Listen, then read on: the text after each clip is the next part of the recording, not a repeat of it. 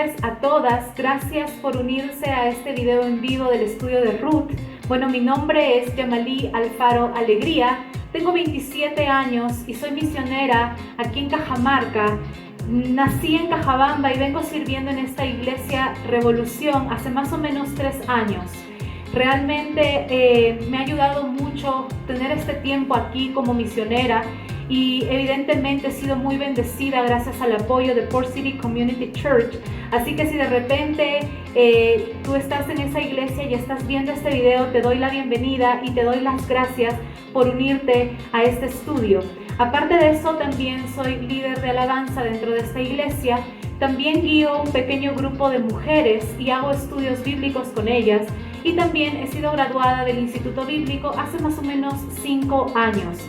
Quería compartirles un poco de esta información acerca de mí porque tal vez tú no me conoces y es la primera vez que estás entrando a esta página. Así que primero te quiero animar a que también te conectes a otros videos que subimos cada domingo a las 10 de la mañana y también a estos videos que vamos a estar subiendo cada miércoles a las 4 de la tarde. Te doy muchas gracias de poder haberte unido a este estudio y espero que realmente lo puedas disfrutar.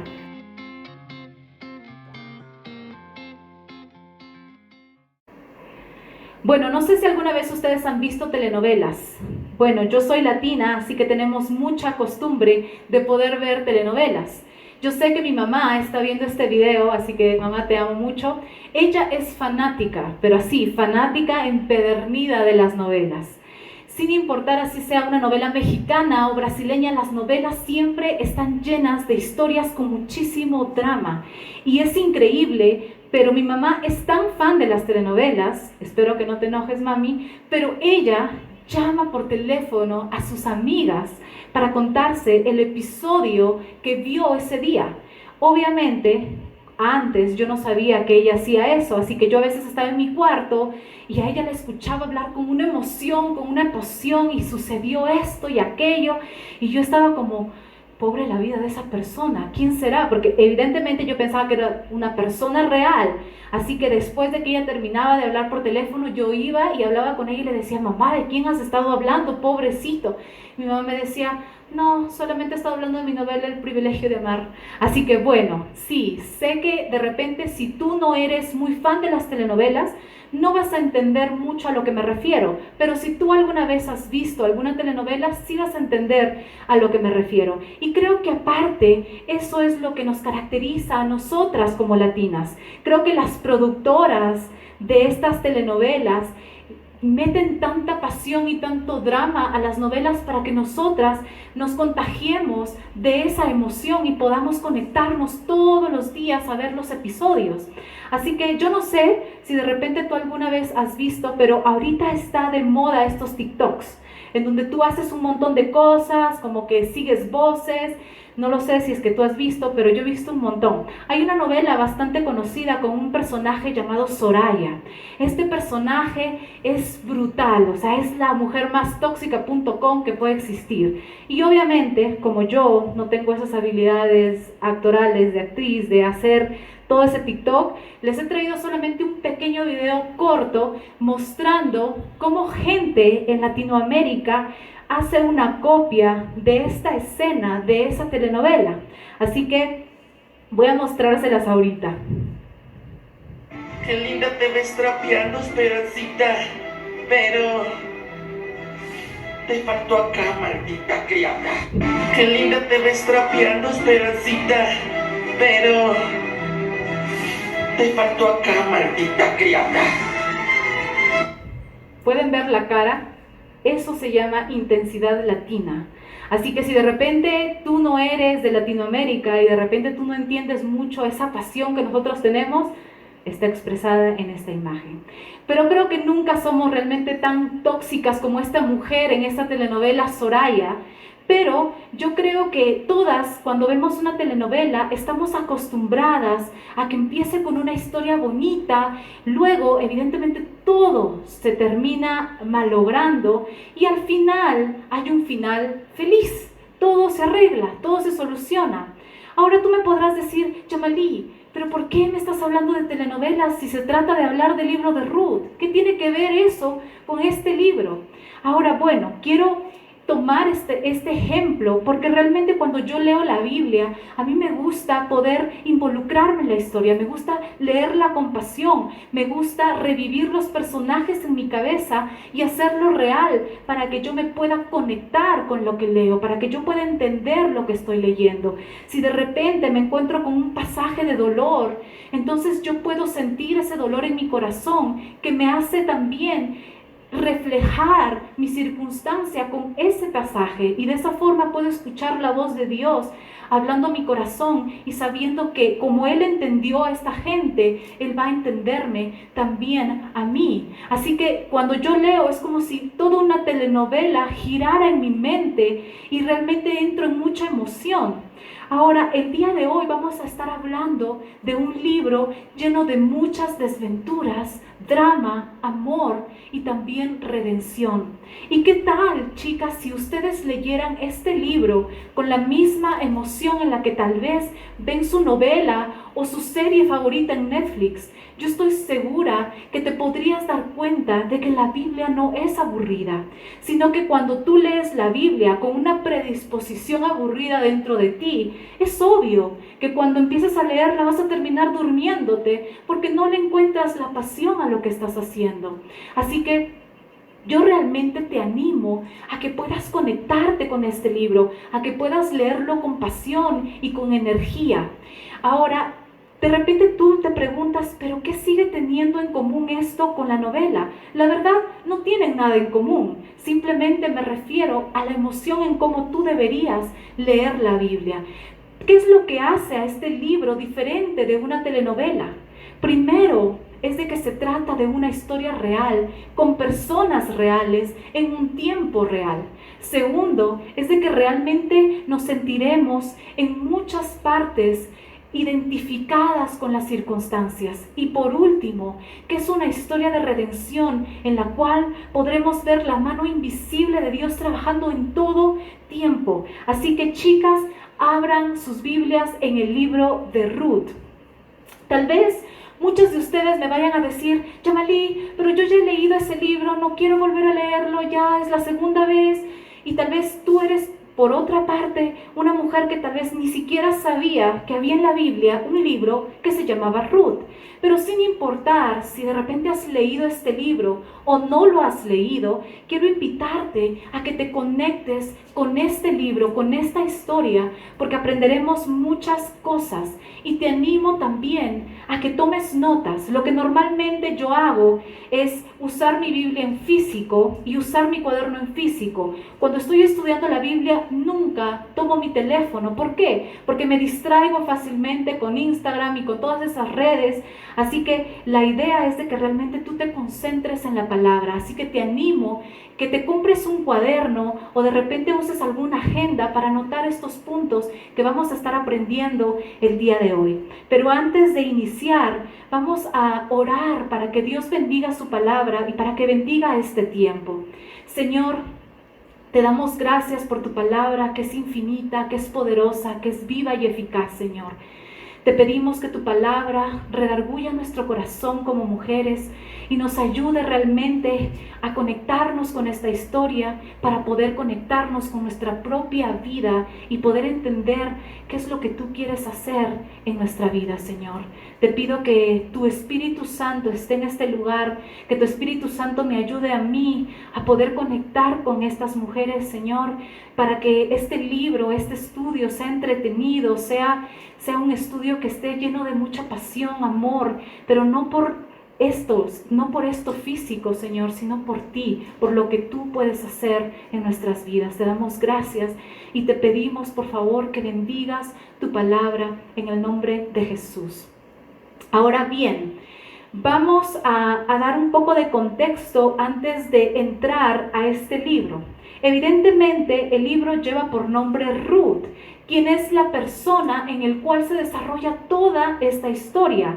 Otro dato interesante es de que en la Biblia solamente hay 2 libros que llevan nombres de mujeres, el libro de Ruth y el libro de Esther. Ahora, el libro de Ruth no tiene un autor específico, se desconoce el nombre del autor ya que este no dejó ninguna identificación, pero hay algunas personas que han venido estudiando mucho que creen que pudo haber sido Samuel el que escribió este libro. Sin embargo, esta información no se puede corroborar, así que es mejor que dejemos simplemente como autor anónimo.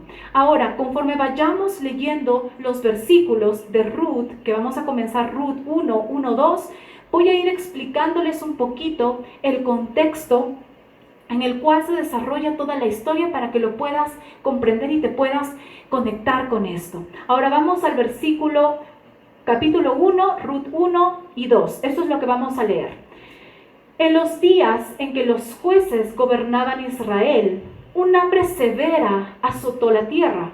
Por eso, un hombre de Belén de Judá dejó su casa y se fue a vivir a la tierra de Moab junto con su esposa y sus 2 hijos. El hombre se llamaba Elimelech y el nombre de su esposa era Noemí. Sus 2 hijos se llamaban Malón y Kelión y ellos eran efrateos de Belén, en la tierra de Judá. Así que cuando llegaron a Moab, se establecieron allí.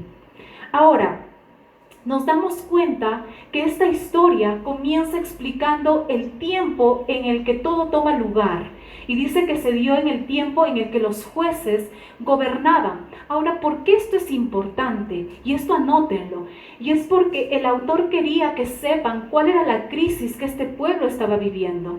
Ahora, el tiempo de los jueces fue un tiempo muy duro para el pueblo de Israel, ya que es la trágica continuación del libro de Josué. Ahora, si de repente tú estabas pensando y sigues buscando en tu Biblia dónde se encuentra Ruth, te voy a dar una pista que es muy fácil. Ruth es un libro bien pequeñito que está escondido entre Jueces y Primera de Samuel. Ahora, evidentemente, antes del libro de Jueces se encuentra el libro de Josué. En el inicio del libro de Jueces podemos encontrar una introducción de cómo es que se dio la muerte de Josué. Y luego nos damos cuenta de que estos 2 periodos de tiempo fueron muy diferentes. Por ejemplo, en el periodo de Josué, el pueblo fue obediente a Dios al conquistar la tierra que Él les habría prometido. Pero en el tiempo de los jueces fue todo lo opuesto. Fueron desobedientes, idólatras y frecuentemente fueron derrotados en muchas batallas. Este tiempo incluso se consideró como un tiempo de apostasía, es decir, un tiempo en el que cada miembro había alejado su fe en el Dios, del Dios viviente.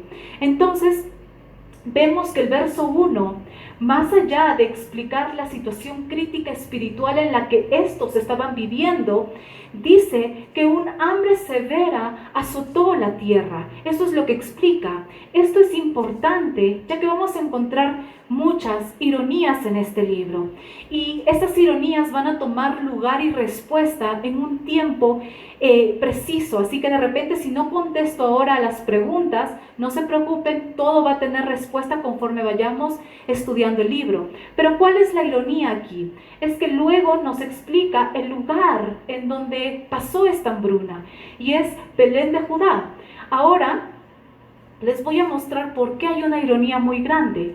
Belén de Judá, que en hebreo es Bethlehem, significa la casa del pan. Esto no era porque ahí preparaban el pan más rico, porque habían fábricas de pan, sino porque era un acto simbólico, era un nombre simbólico referente a la provisión que Dios tenía con este lugar.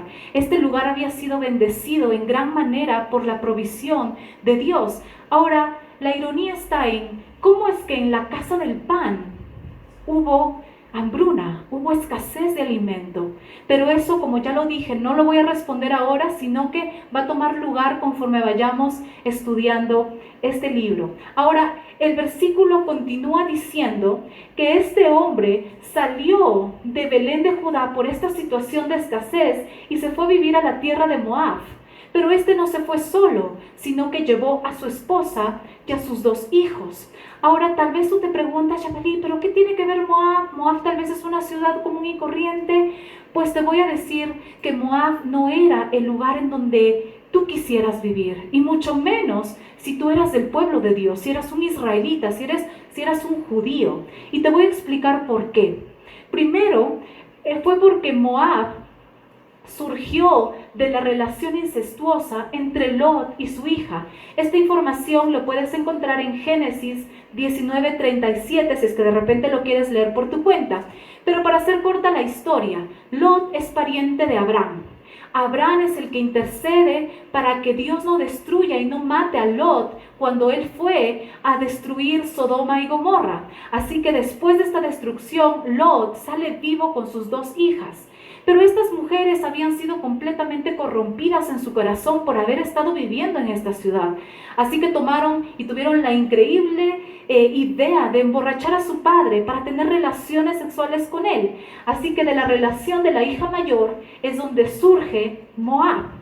Ahora, otro dato importante que lo vamos a encontrar en Números 22, si es que nuevamente lo quieres leer, es de Balac y Balaam. Balac era el rey de Moab. Al ver que las tropas de Israel eran gigantes y estaban conquistando de manera severa los lugares, se atemorizó. Así que a raíz de este temor que él tuvo, contrató a un profeta llamado Balaam para que maldijera al pueblo de Israel. Evidentemente esto no surgió ni tuvo ninguna situación de positividad, porque Dios intervino con su mano para que esto no sucediera. Pero como Moab seguía en contra de este pueblo de Israel, incluso en el mismo libro, en Números 25, vemos que tuvieron otro plan. Y ese plan fue seducir a los hombres de Israel para cometer inmoralidad e idolatría. Mujeres moabitas se acostaron con ellos y de esa forma también les hicieron participar de sus festejos y de sus sacrificios al dios Baal de Peor, a quienes ellos adoraban. Esto desató la ira de Dios, y esto fue lo que surgió la enemistad entre Moab y Israel. Ahora, nos vamos a dar cuenta incluso que en Deuteronomio 23, del 3 al 4, Dios hace un mandato bien severo en contra de Moab. Y dice, no se admitirá en la asamblea del Señor a ningún amonita, ni moabita, ni tampoco a sus descendientes hasta la 10ª generación. Esas generaciones no recibieron ni alimento ni agua cuando tú saliste de Egipto. En cambio, te contrataron a Balaam, hijo de Beor, proveniente del lejano Peor, de Aram, para que te maldijera. Te das cuenta de que realmente la enemistad entre Israel y Moab era seria. Ahora, sabiendo esto, el siguiente versículo nos da información de los nombres de las personas que se mudaron a Moab. El esposo llamado Elimelech, la esposa Noemí, sus 2 hijos Malón y Kelión. Si de repente tú no sabes qué significa efrateos de Belén, era de que eran pertenecientes a la tribu de Efraín, y como estos no tenían ni propiedad ni tierra, eran como nómadas moviéndose de un lugar a otro para establecerse. Pero nos vamos a dar cuenta que los nombres en hebreo significan mucho para esta costumbre, mucho para esta cultura. Ahora, les voy a dar una información bastante importante que me gustaría que anoten, porque durante todo este estudio vamos a ir identificando los nombres de los personajes. Ahora, la primera era de que un nombre o una raíz de nombre hebreo surgía en base a 2 puntos. El primero era en base a una profecía del destino que tendría el bebé.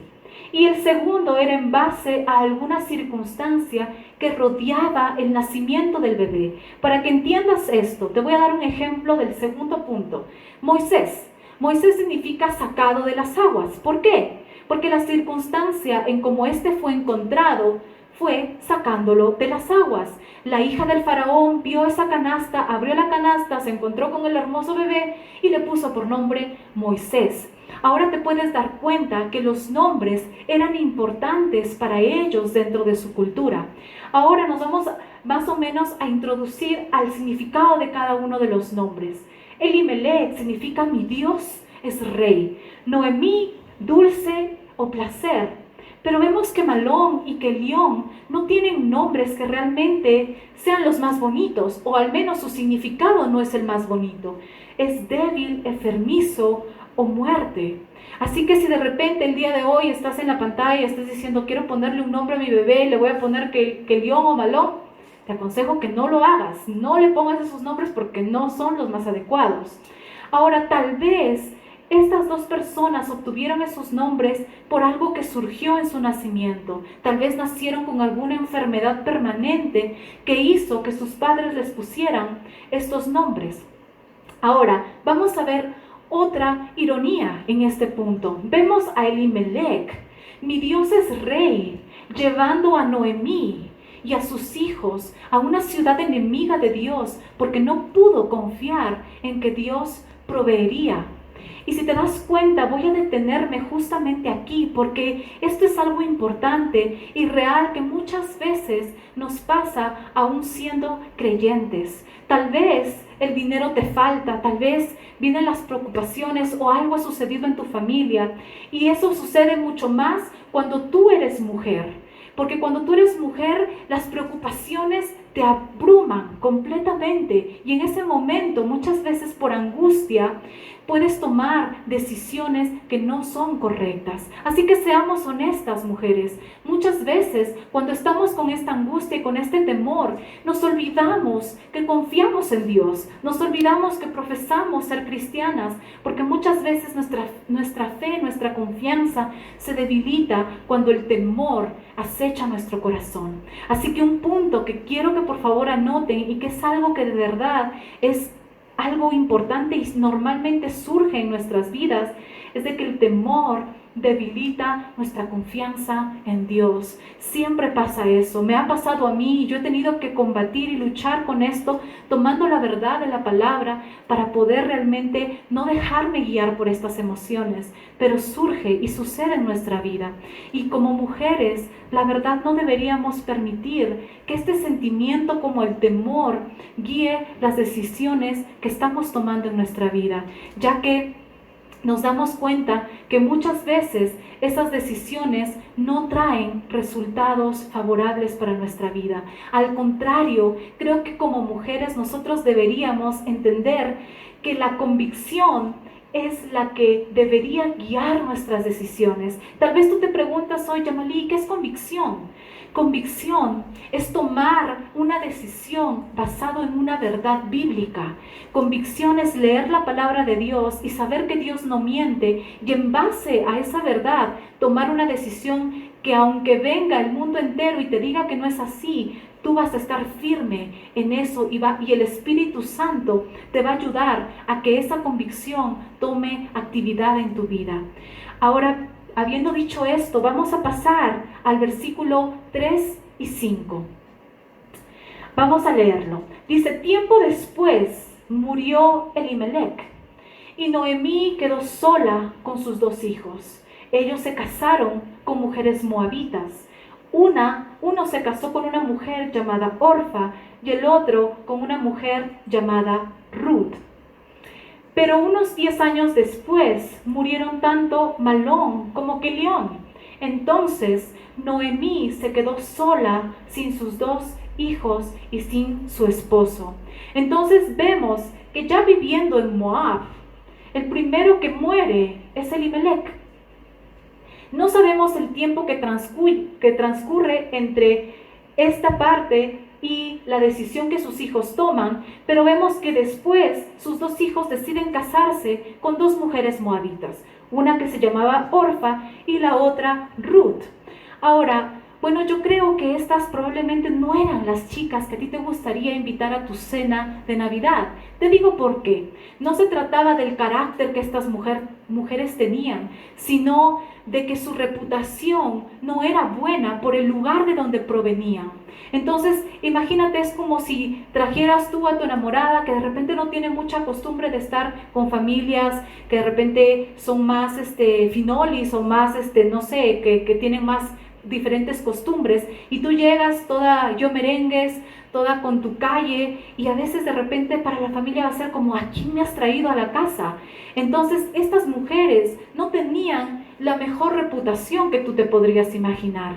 Pero más allá de eso, vemos que estos dos hijos deciden mezclarse con mujeres que no eran de su linaje. Ahora, acá me quiero centrar un ratito, porque en el Antiguo Testamento Dios les había dado un mandato al pueblo de Israel, y era que no contrayeran matrimonio con mujeres extranjeras.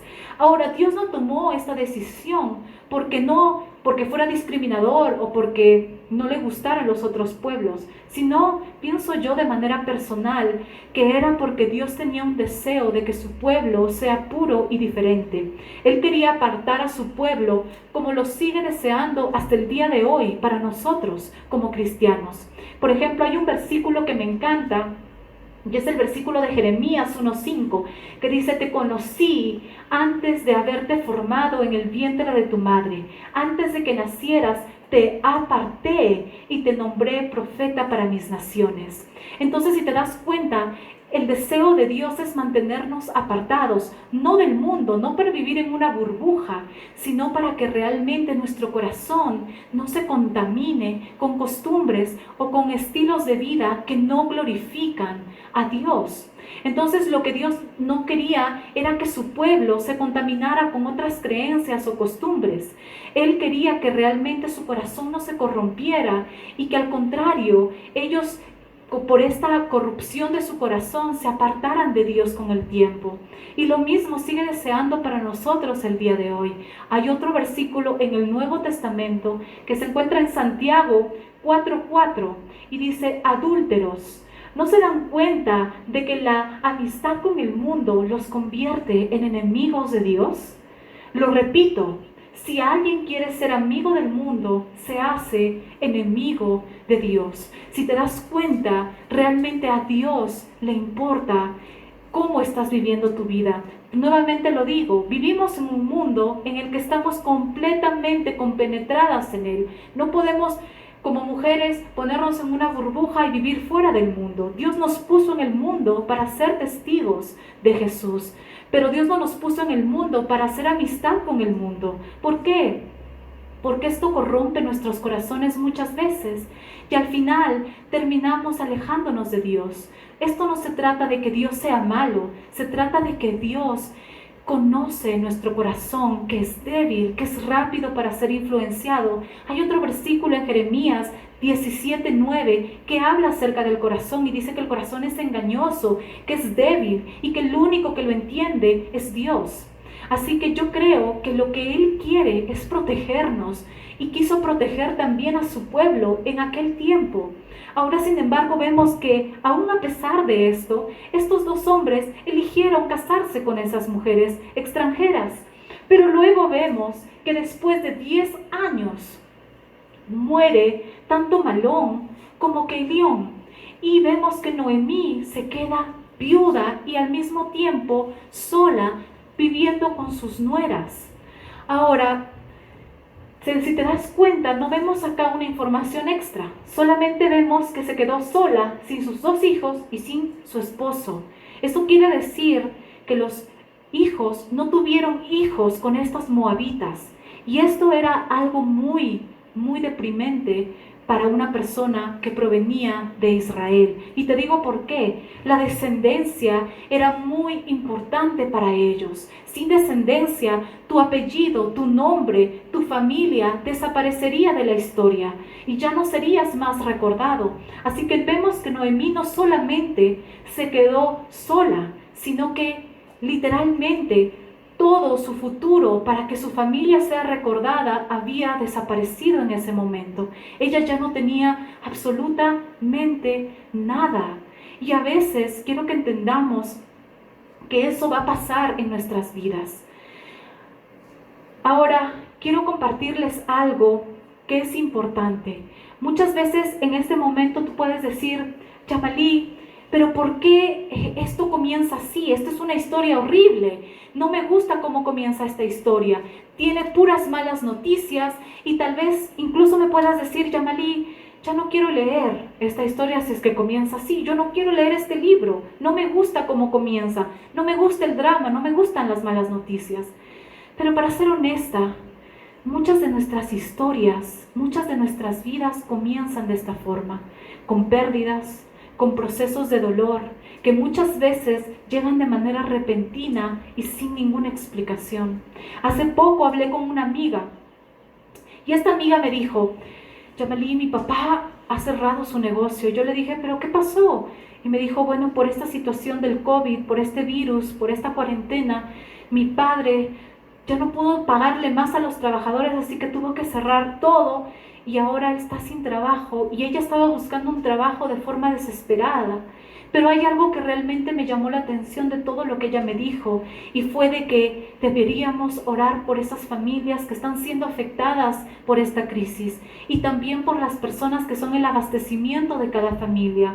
Y sin ir muy lejos, hay personas que están perdiendo sus familiares, sus familias están rotas y azotadas por la muerte. Y siendo sensibles, como este libro es sensible, hay personas que incluso lo han perdido todo, que llegan al punto de suicidarse porque no tienen alimento en sus casas. Si te das cuenta, hay depresión, amargura y dolor. Este es un tiempo en el que no solamente nuestro país, Perú, está siendo afectado, sino que muchos otros países también. Y no podemos ser ajenos a entender que esto es real y que forma parte de nuestras vidas en un hoy. Ahora, muchas veces incluso no es el virus, no es la cuarentena, muchas veces es una enfermedad que simplemente entra a nuestra familia y nos llena de temor y de angustia. Yo he pasado y estoy pasando por eso y entiendo y sé lo difícil que es ese proceso de tratar de que tu miedo salga confiando en Dios.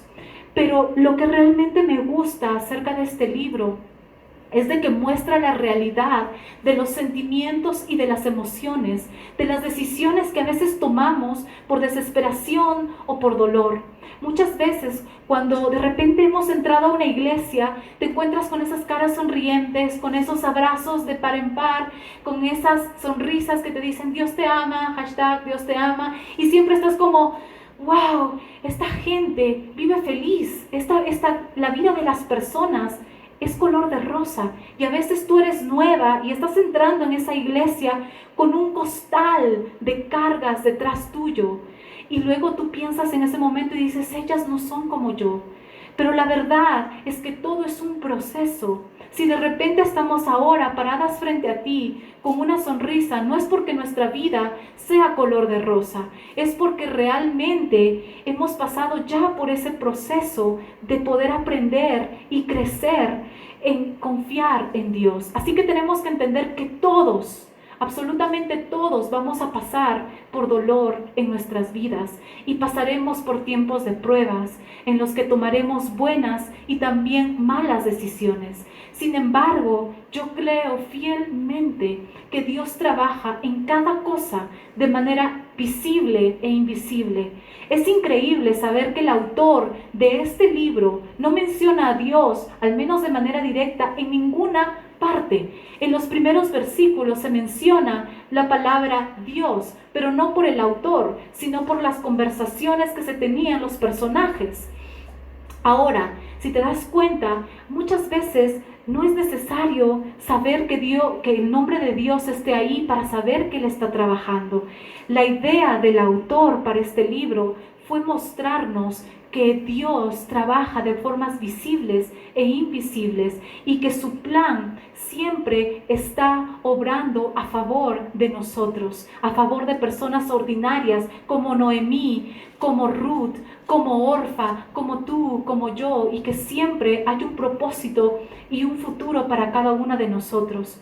Ahora, dentro de nuestras vidas, chicas, no existen casualidades, no existen ni un ups ni un golpe de suerte. Todo se trata de la providencia de Dios.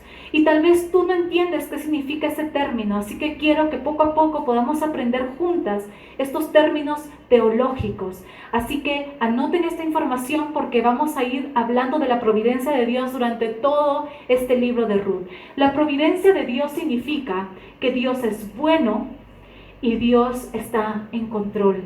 Esto quiere decir que desde el momento de la primera creación hasta todo el futuro de la eternidad, Dios está trabajando en control para el bien de quienes lo aman, para los que eligen rendirse ante su amor inagotable y su regalo de salvación, para quienes deciden por voluntad propia dejar que Él tome el control de sus vidas. Y todo esto se encuentra resumido en este versículo, que es un versículo poderosísimo, Romanos 8:28, que dice que Dios opera para bien de quienes lo aman, para los que han sido hechos de acuerdo con su propósito. Quiere decir que Dios está en constante control, no solo de tu vida, sino también de toda la creación que está en sus manos.